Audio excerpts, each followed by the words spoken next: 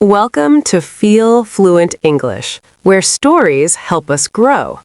Today's story is about an ordinary woman living an extraordinary truth, quiet strength, difficult choices, and the power of listening when life whispers.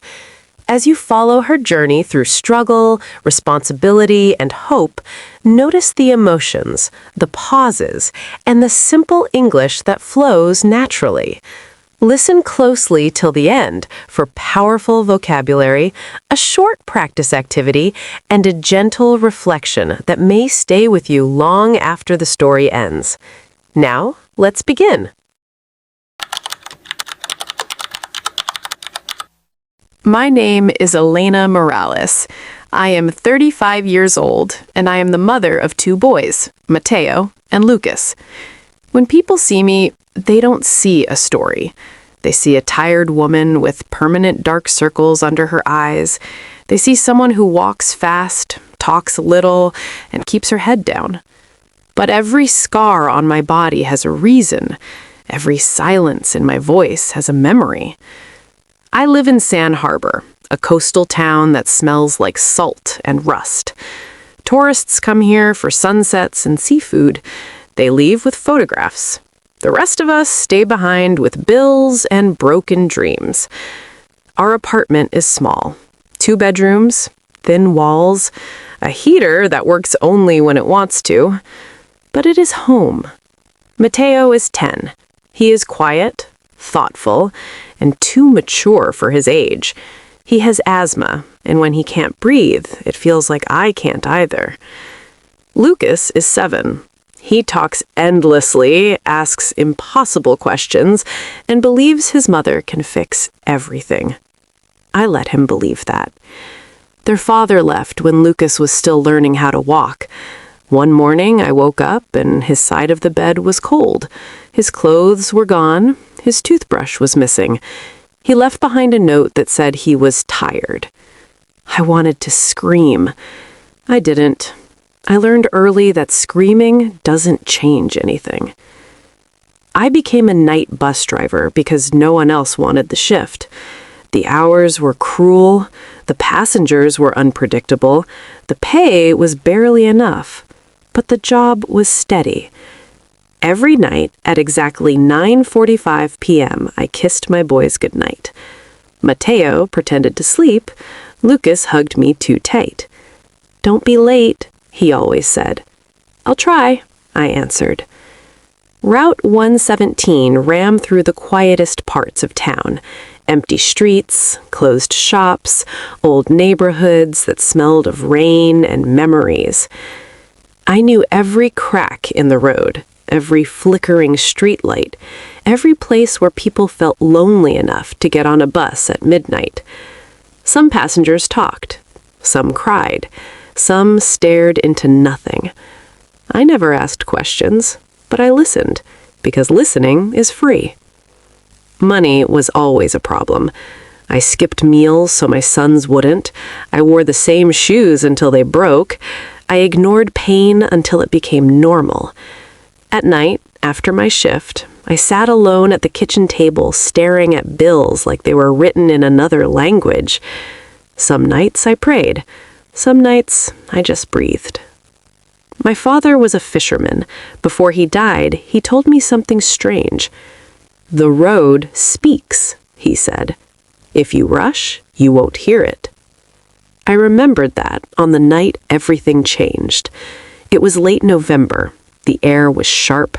Rain fell like needles. The bus was half empty. A college student half asleep, an elderly man holding a grocery bag, a woman in a gray coat writing in a notebook. As we approached Cliffside Bridge, something felt wrong. The road shimmered. Black ice. I slowed down. Someone honked behind me. I ignored it. Then headlights swerved. The impact came fast. Metal screamed. Glass exploded. People screamed my name. I fought the wheel. The guardrail held. Pain tore through me. Then, nothing. I woke up in a hospital.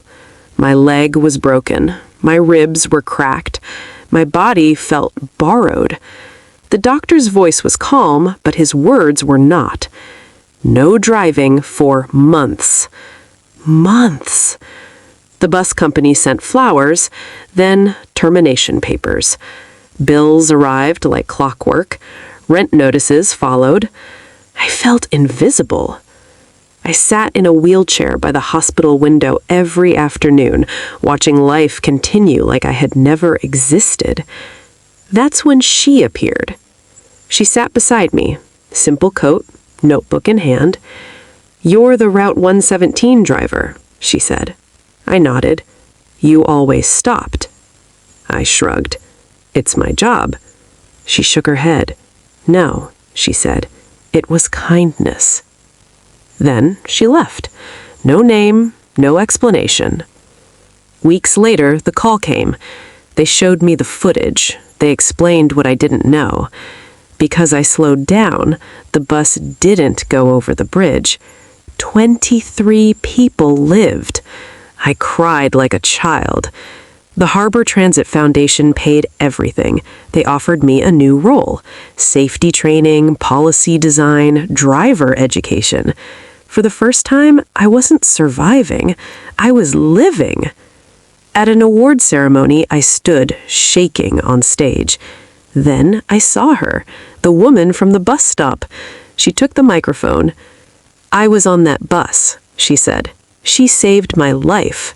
She smiled at me. "I founded this organization because someone once stopped for me." I collapsed into tears. Today, my sons sleep peacefully. Our fridge is full. Our future is open. I still stop at empty bus stops because the road still speaks, and I still listen. Let's enhance our vocabularies used in the story. Unpredictable, meaning likely to behave in an unexpected way. Example, the passengers were unpredictable during the night shift. Steady, meaning regular, stable, and dependable. Example, the job was difficult, but the income was steady. Flickering, meaning shining unsteadily, turning on and off quickly. Example, she knew every flickering street light on her route. Shimmered, meaning appeared to shine with a soft moving light. Example, the road shimmered with black ice in the rain. Impact, meaning the strong force when two things collide. Example, the impact came fast, giving her no time to react. Termination, meaning the act of officially ending a job. Example, after the accident, she received termination papers. Invisible, meaning feeling ignored or unnoticed. Example, watching buses pass, she felt invisible. Surveillance, meaning careful monitoring, usually using cameras or recordings. Example, the surveillance recording showed how slowing down saved lives. Foundation, meaning an organization created to support a cause or mission. Example, the Transit Foundation helped her rebuild her life. Collapsed, meaning suddenly broke down emotionally or physically. Example, she collapsed into tears after learning the truth. Hey friends! Today we have a fun quiz inspired by the story. I have some story-inspired English questions for you. And don't worry, just pick the correct answer and write in the comments. Let's see how many you get right. 1. Choose the correct article. She became blank night bus driver because no one wanted the shift. A. An. The. No article. 2. Choose the correct tense.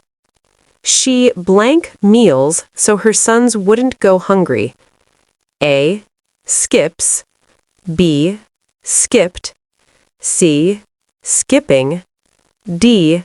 Has skip. 3. Identify the correct preposition. She sat blank the kitchen table, staring at the bills. A. On. B. In. C. At. D. By. 4. Choose the correct form of the verb. The passengers blank unpredictable during the night shift. A. Is. B.